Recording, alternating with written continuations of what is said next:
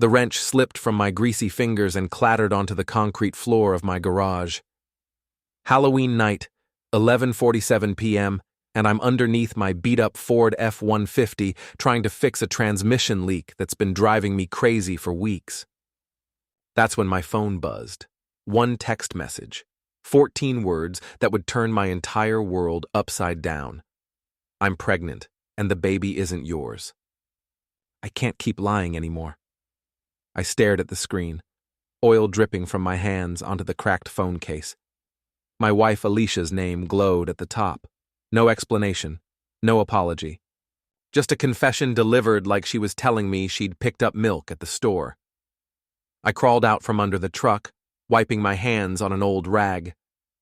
The garage felt smaller suddenly, the air thicker.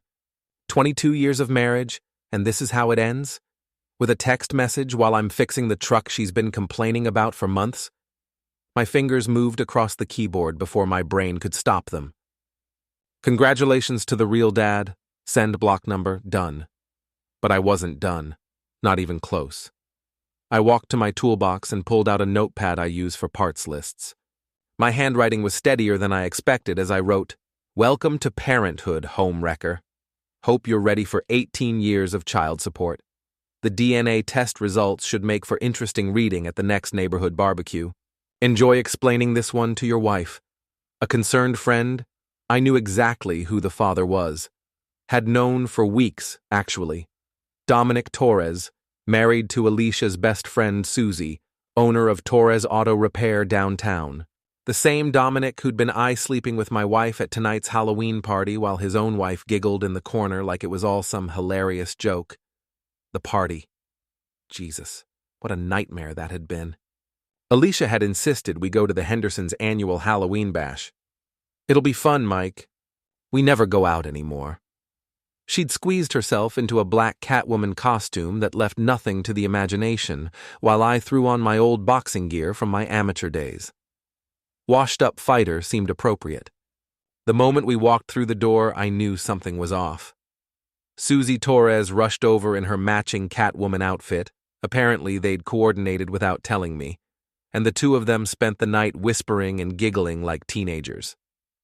Meanwhile, Dominic strutted around in a mechanic's costume that was basically just his work clothes with fake grease stains, flexing his muscles and making sure everyone noticed.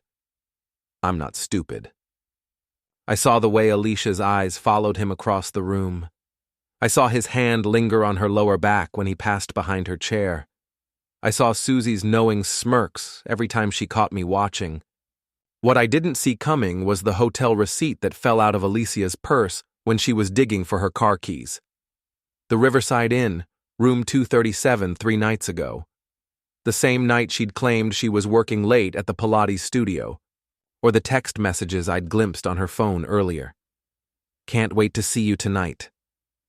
Dom makes me feel alive again. The pieces had been falling into place all evening, but I'd been too much of a coward to confront it. Too comfortable in my denial.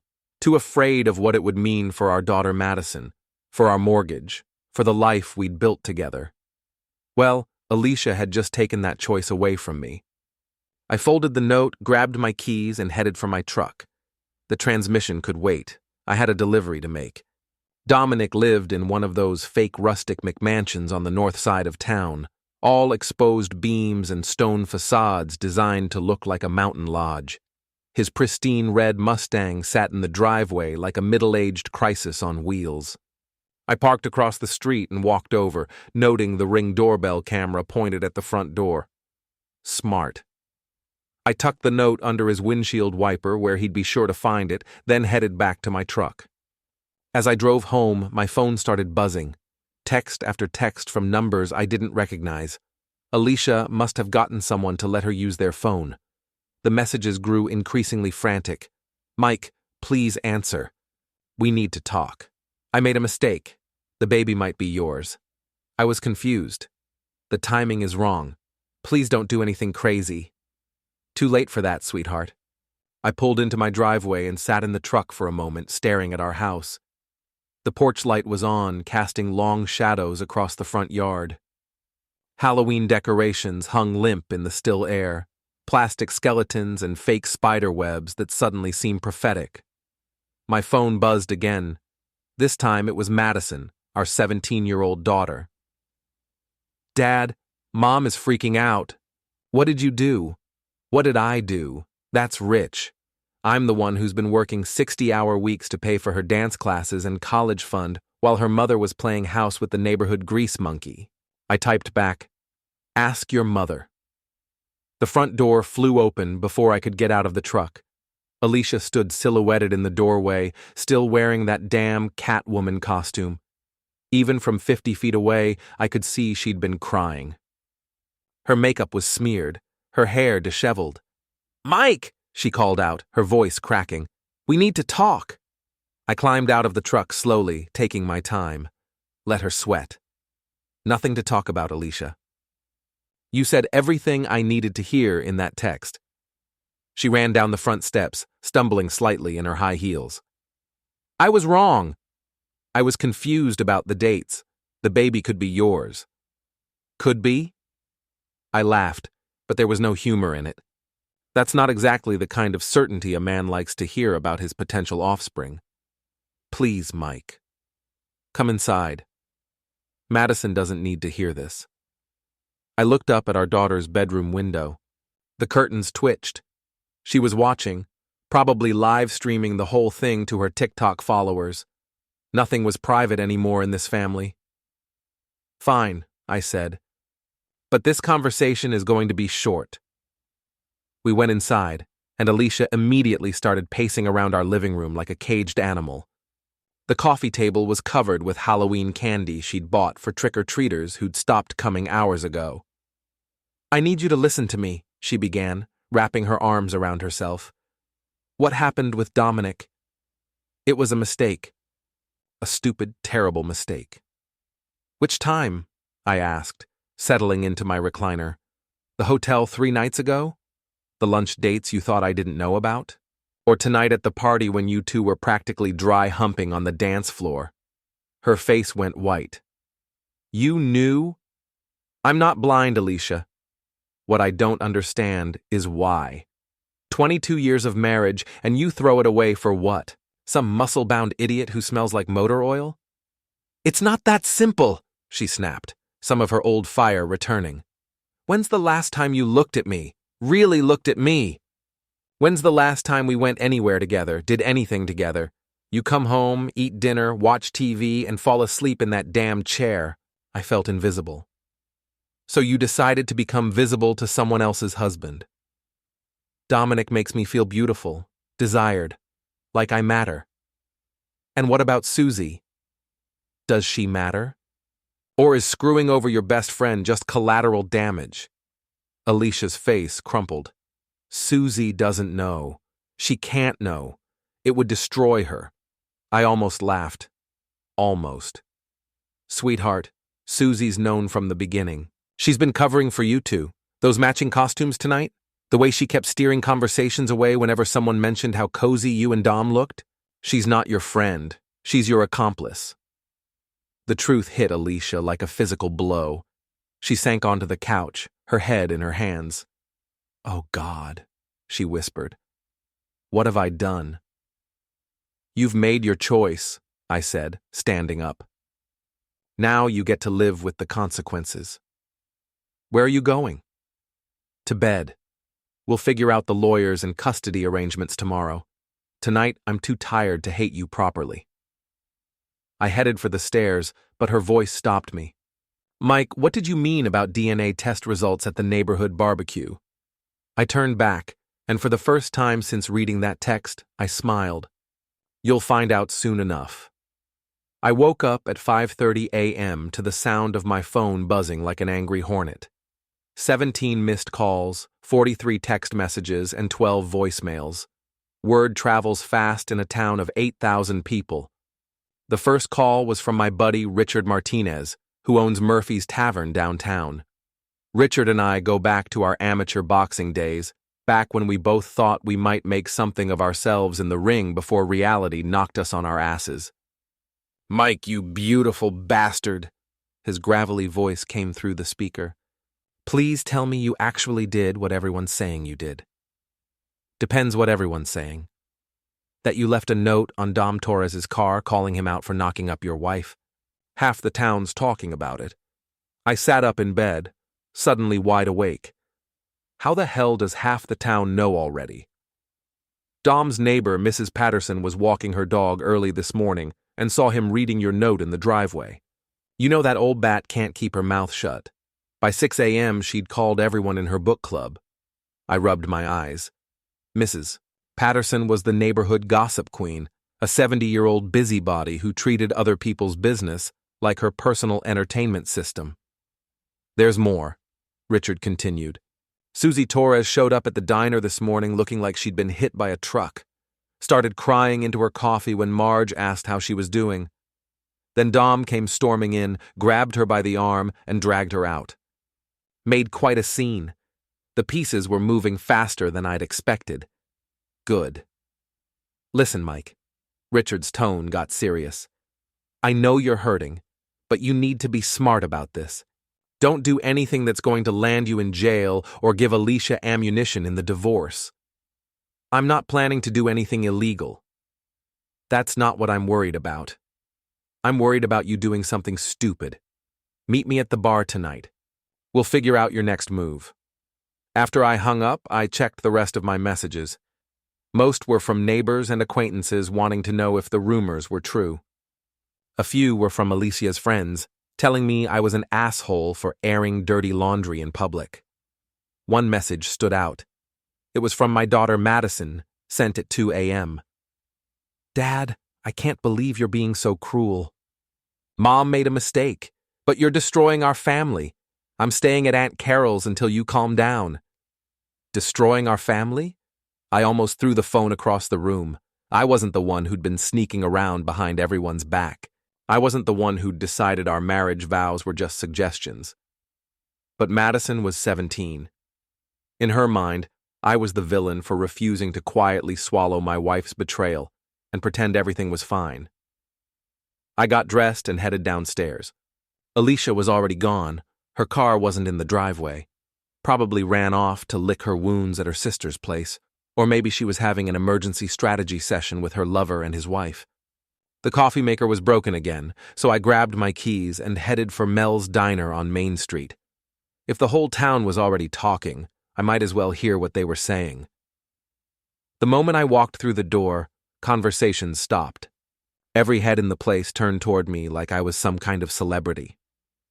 Mel himself, a gruff 60-year-old who'd been running the diner since before I was born, gave me a nod of approval.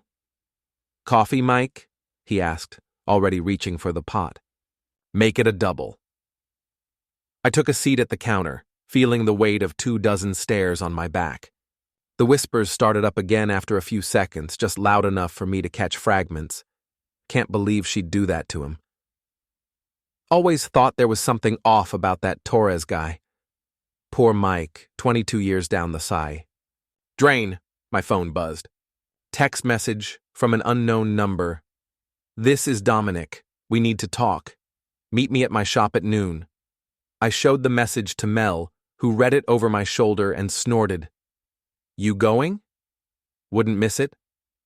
Want some backup? I considered it.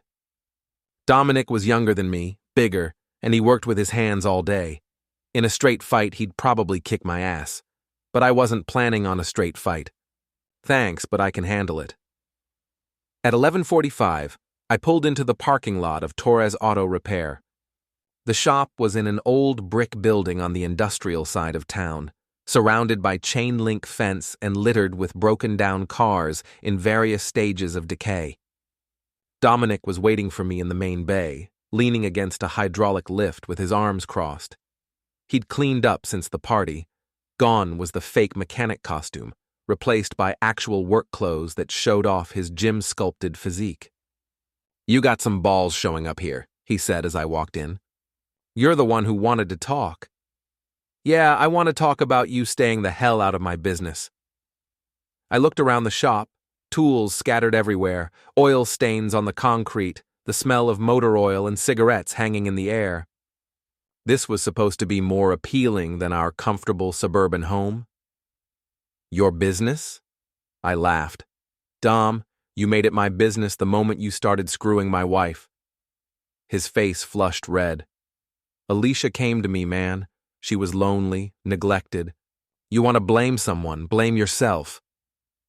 Oh, I do blame myself. I blame myself for not seeing what a piece of shit you were sooner. He pushed off from the lift, taking a step toward me. Watch your mouth. Or what? You'll beat me up? That's your solution to everything, right? Can't fix your marriage, can't satisfy your own wife, so you steal someone else's? Leave Susie out of this. Why? She's already in it. You think I don't know she's been covering for you too? Your wife's not stupid, Dom. She knows exactly what's been going on. Something flickered in his eyes. Uncertainty, maybe even fear. Good. That's impossible. Susie would never what? Let her husband cheat on her with her best friend? You're right. She wouldn't let that happen. She'd make sure she was part of it. I was fishing, but the look on his face told me I'd hit something close to the truth. You don't know what you're talking about. Don't I? Think about it, Dom. How many times has Susie given you and Alicia opportunities to be alone together? How many times has she made excuses for why Alicia couldn't make it to family events? How many times has she steered conversations away when people started asking questions? His hands clenched into fists. You're lying. Am I? When's the last time you and Susie had intimacy? When's the last time she seemed interested in anything you were doing? Face it, buddy. You're not the only one who's been looking elsewhere for excitement. I was making most of it up, but the doubt in his eyes told me I was on the right track. In a small town like ours, everyone's secrets eventually surface, and I'd been paying attention. Get out, he said, his voice barely controlled. Gladly. But Dom, next time you want to destroy someone's marriage, maybe pick on someone who doesn't know where you live. I turned to leave, but stopped at the door. Oh, and congratulations on the baby. Hope you're ready for 18 years of child support. Assuming it's actually yours, of course. I was back in my truck before he could respond, but I could see him in the rearview mirror, standing in the doorway of his shop, looking like a man who'd just realized he was in way over his head. My phone rang as I pulled out of the parking lot. Richard. How'd it go? Better than expected. I think our boy Dom is starting to figure out he's not the only player in this game. What's your next move? I thought about it as I drove through downtown, past the shops and restaurants where Alicia and I used to spend our Saturday afternoons. Back when we still enjoyed each other's company, I'm going to let them destroy each other for a while. Then I'm going to finish what they started. Mike, don't worry, Rich. I'm not going to do anything illegal. But I am going to make sure everyone in this town knows exactly what kind of people they're dealing with. And then what? Then I'm going to move on with my life. But first, I'm going to make sure they never forget the cost of betrayal. I hung up and headed home, already planning my next move. The game was just getting started. 3 days later, the whole thing exploded. I was at work trying to focus on logistics reports for the shipping company when my phone started blowing up again. This time, it wasn't gossip. It was panic. The first call came from Madison. She was crying so hard I could barely understand her. Dad, you have to come home. Mom's at the police station. What? Why? Susie Torres is passed. The world tilted sideways. I gripped my desk chair, trying to process what she'd just said. What happened? Car accident last night, but Dad... The police are asking questions about Mom and Mr. Torres. Someone told them about the affair. I was already grabbing my keys. Where are you? At home. Aunt Carol's here. Dad, I'm scared. I'll be right there. The drive home took forever. My mind was racing, trying to piece together what could have happened. A car accident could mean anything: drunk driving, weather, mechanical failure. But if the police were asking about the affair, they suspected something more. I found Madison and my sister-in-law Carol in the living room, both looking shell-shocked. Carol, Alicia's older sister, had never liked me much, but today she looked at me with something approaching sympathy. "Mike," she said, standing up when I walked in. "We need to talk." "Where's Alicia?" "Still at the station. They've been questioning her for 3 hours." Madison looked up at me with red-rimmed eyes. "Dad, did Mom really cheat on you?" I sat down across from her, choosing my words carefully. "Your mother and I have been having problems, but this isn't about that right now. Tell me what you know about the accident." Carol answered for her. "Susie Torres crashed her car into the river around midnight last night. She was driving home from Murphy's Tavern. The police found alcohol in her system, but—" She hesitated. "But what?" "But she also had a black eye and bruises on her arms. Fresh ones."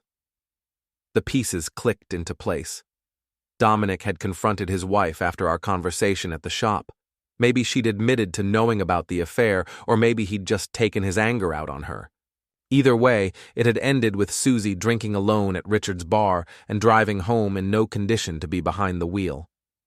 "The police think someone hurt her before she got in the car," Carol continued. "They're looking at everyone who had contact with her recently, including Alicia." "Why Alicia?" "Because 3 people saw them arguing in the parking lot of the grocery store yesterday afternoon, loud enough that other customers stopped to watch." I closed my eyes. Of course, they'd argued. The whole house of cards was falling down, and everyone involved was trying to save themselves. "Dad?" Madison's small voice brought me back to the present. "Is Mom going to jail?" "No, sweetheart. Your mother didn't hurt anyone." But even as I said it, I wasn't entirely sure. The Alicia I'd been married to for 22 years wouldn't hurt a fly. But the Alicia who'd been sneaking around behind my back, lying to my face, and sleeping with her best friend's husband? That woman was a stranger to me. My phone rang. "Richard." "Mike, you need to know something. Susie Torres was at my bar last night. I heard she was asking about you. Wanted to know if you'd been in, what you'd been saying about her and Dominic. She seemed scared." "Scared of what?" That's what I couldn't figure out. She kept saying she'd made a mistake, that she should have stopped it before it went too far. She was drunk, but she was making sense, you know. Like she was trying to tell me something important. What did she say exactly? She said, "I thought I was so smart playing puppet master. But puppets don't always dance the way you want them to." Then she started crying and wouldn't say anything else. Puppet master. The phrase stuck in my head as I hung up the phone. What had Susie been orchestrating? And why had she been scared enough to drink herself into a stupor? 2 hours later, Alicia came home. She looked like she'd aged 10 years in 3 days. Her hair was greasy, her clothes wrinkled, her eyes hollow with exhaustion. Madison ran to her immediately. "Mom, are you okay?" "I'm fine, baby. Just tired." Alicia's eyes met mine over our daughter's head. There was something there I'd never seen before, fear, but also a kind of desperate determination. "Carol, could you take Madison out for ice cream or something? Mike and I need to talk." After they left, Alicia collapsed onto the couch like her strings had been cut. "They think I killed her," she said, without preamble. "Did you?" She looked at me like I'd slapped her. "How can you even ask that?" "Because 3 days ago I thought I knew who you were. Now I find out you've been living a double life for months. So forgive me if I'm not sure what you're capable of anymore." She was quiet for a long moment, staring at her hands. "I didn't kill Susie. But Mike, there are things you don't understand. Things I can't tell you. Try me. The affair with Dominic. It wasn't what you think. Enlighten me." She took a shaky breath. "It was Susie's idea. She set the whole thing up. I felt like I'd been punched in the stomach." "What?" "She approached me 6 months ago. Said she knew about your financial problems at work, about the money you'd borrowed from the company account." "I didn't borrow any." "I know that now. But she had documents, Mike. Bank statements, transfer records. She said if I didn't do what she wanted, she'd turn you in for embezzlement. The room was spinning. What did she want? She wanted me to seduce Dominic. Said she was tired of being married to a loser, but she needed evidence of his infidelity to get a favorable divorce settlement. She said if I could get him to leave his wife for me, she'd get half of everything and disappear. And you believed her? She had proof, Mike. Or what looked like proof. I was terrified you'd go to jail. I stood up, pacing to the window. Outside, Mrs. Patterson was watering her garden, probably straining to hear our conversation through the thin walls. So you decided to destroy our marriage to save me from a crime I didn't commit. I was going to tell you everything once it was over. Once Susie got her divorce and left town. But something went wrong. Alicia nodded, tears streaming down her face. Dominic fell for me. Really fell. He started talking about leaving Susie, about us running away together, and Susie, she got jealous. She hadn't counted on that. So she decided to blow up everything. She told me she was going to expose the affair to you unless I convinced Dominic to stay with her. But she also told Dominic that I was just using him, that I'd never leave you. She was playing us against each other. And the pregnancy? There is no pregnancy. Susie made me send you that text. She said it would force you to file for divorce, which would make it easier for her to manipulate the situation. I turned back to face her. Why should I believe any of this? Because yesterday afternoon, when Susie and I argued in the grocery store parking lot, she admitted everything. She said she'd made up the evidence against you, that she'd been planning this for over a year. She was obsessed with you, Mike. She said you were the only real man in this pathetic town, and she was going to have you one way or another. The pieces were finally falling into place, but the picture they formed was uglier than anything I'd imagined. She was planning to destroy both our marriages so she could be with me. Yes. And when I told her I was going to expose her to you and Dominic, she laughed. She said it didn't matter anymore because she had one more card to play. What card? She said she was going to tell the police that you'd been threatening her. That you'd found out about the affair and had been stalking her, calling her, making her fear for her life. But I know, but she had a burner phone with threatening text messages. She'd been sending them to herself and saving them under your name. I sat back down, my head spinning. So when she died, the police found the phone. They think you killed her to keep her quiet about the affair. We stared at each other across the wreckage of our living room, two people who'd been married for more than 2 decades and suddenly realized they were strangers. The police let you go, I said finally. For now, they don't have enough evidence to charge me with anything. But Mike, they're going to come for you next. As if summoned by her words, there was a knock at the front door. Through the window, I could see 2 police officers standing on our porch. Mr. Michael Davidson? The older officer said when I opened the door. We need you to come with us for questioning. I looked back at Alicia, who was watching from the couch with terrified eyes. Am I under arrest? Not at this time. But we do need to talk. I grabbed my jacket and followed them to their car, feeling the eyes of the entire neighborhood watching from behind their curtains. As we drove away, I caught a glimpse of Mrs. Patterson on her phone, no doubt spreading the news that the police had finally come for me. The game had changed completely. Now I wasn't just fighting for my marriage or my dignity. I was fighting for my freedom. The interrogation room at the county police station was exactly what you'd expect. Fluorescent lights, metal table, uncomfortable chairs, and a 2-way mirror that fooled nobody. Detective Sarah Walsh, a sharp-eyed woman in her 40s, sat across from me with a manila folder thick enough to contain my entire life story. Mr. Davidson, we appreciate you coming in voluntarily. Do I have a choice? Everyone has choices. The question is whether they make smart ones. She opened the folder and pulled out a cell phone in a clear evidence bag. Do you recognize this? I looked at the phone. Generic smartphone, black case, nothing distinctive about it.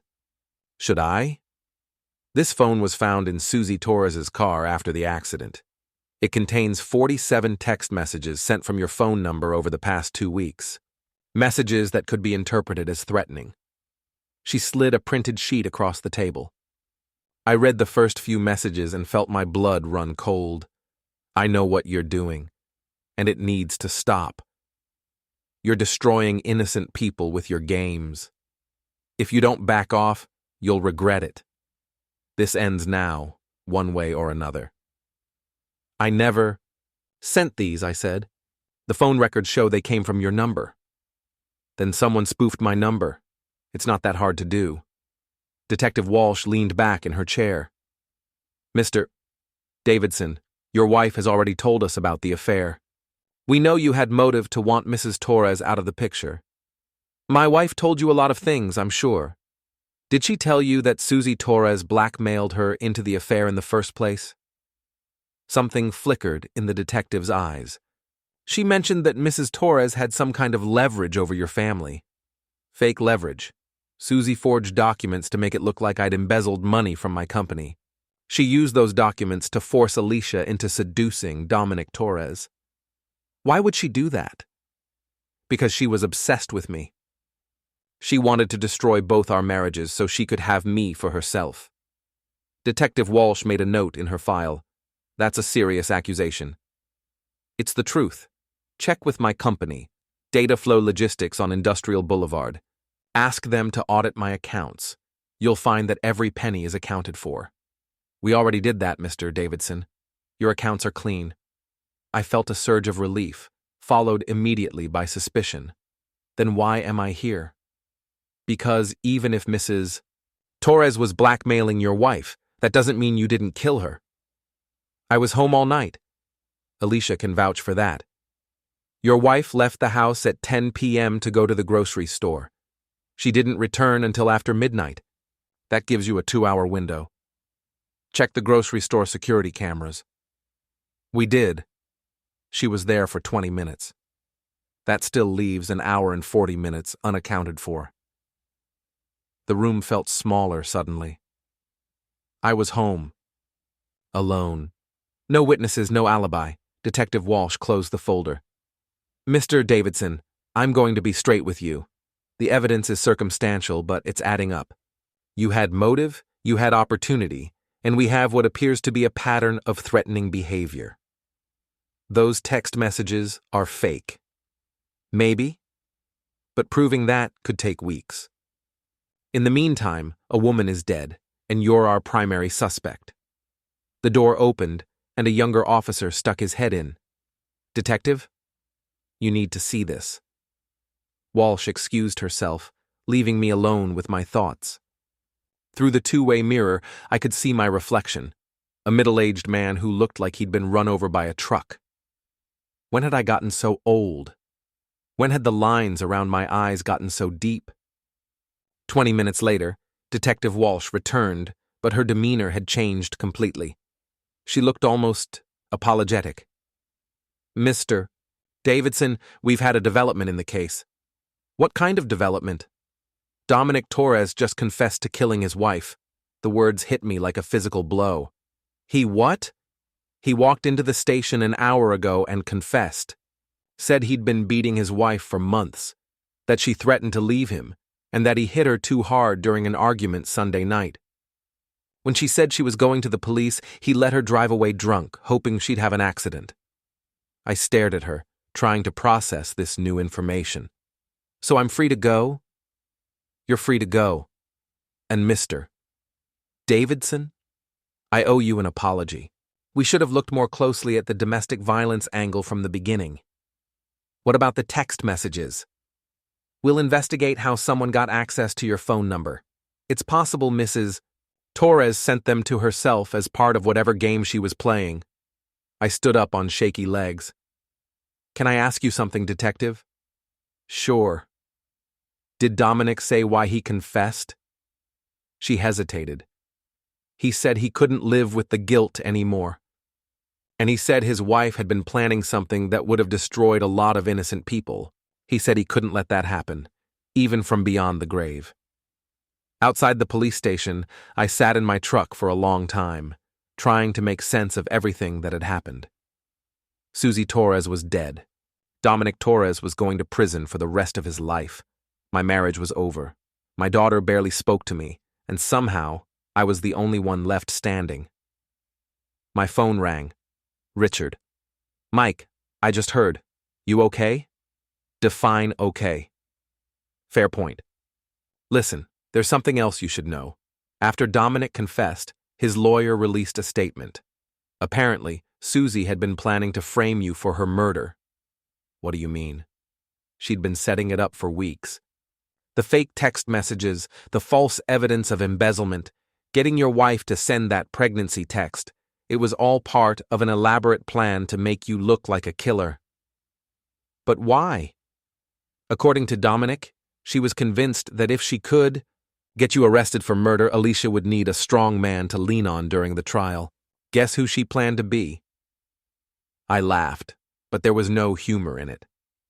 She was going to be my wife's shoulder to cry on while I rotted in prison for a murder she faked. That's about the size of it. Mike, this woman was seriously disturbed. She'd been planning this for over a year. And Dominic just went along with it. He says he didn't know about the murder frame-up. He thought she just wanted to break up your marriage so she could seduce you. When he found out about the rest of it after her past, he couldn't live with himself. I drove home in a daze, past the familiar streets and landmarks of a town that suddenly felt foreign to me. How many other secrets were hiding behind these suburban facades? How many other people were living double lives? Alicia's car was in the driveway when I got home, but the house felt empty. I found her in our bedroom, packing clothes into a suitcase. Going somewhere? She looked up, startled. Mike, I heard about Dominic. Are you okay? I'm not going to prison for murder, if that's what you mean. She nodded, then went back to packing. I'm going to stay with Carol for a while. Give us both some space to figure things out. There's nothing to figure out, Alicia. We're done. I know. Her voice was barely a whisper. I'm so sorry, Mike. For all of it. Sorry doesn't fix anything. I know that too. She zipped up the suitcase and headed for the door, then stopped. For what it's worth, I never stopped loving you. Everything I did, I thought I was protecting you. You were protecting yourself. Just like always. After she left, I walked through the empty house, looking at the remnants of our life together. Wedding photos on the mantel. Madison's school pictures on the refrigerator. 22 years of shared history that had been destroyed by lies and manipulation. But as I stood there in the silence, I realized something surprising. I felt free. For the first time in months, maybe years, I wasn't worried about what Alicia was thinking, where she was going, what she was hiding from me. I didn't have to pretend everything was fine when it clearly wasn't. I didn't have to smile and nod when she made excuses for working late or spending time with her friends. The truth was ugly, but at least it was the truth. My phone buzzed. Text message from Madison. Dad, I'm sorry I didn't believe you. Mom told me everything. Can I come home? I typed back, this is your home. Come whenever you're ready. Then I walked out to the garage, grabbed my toolbox, and got back under the truck. The transmission still needed fixing, and for the first time in weeks, I had the time and energy to do it right. Some things were worth saving. Others were better left broken.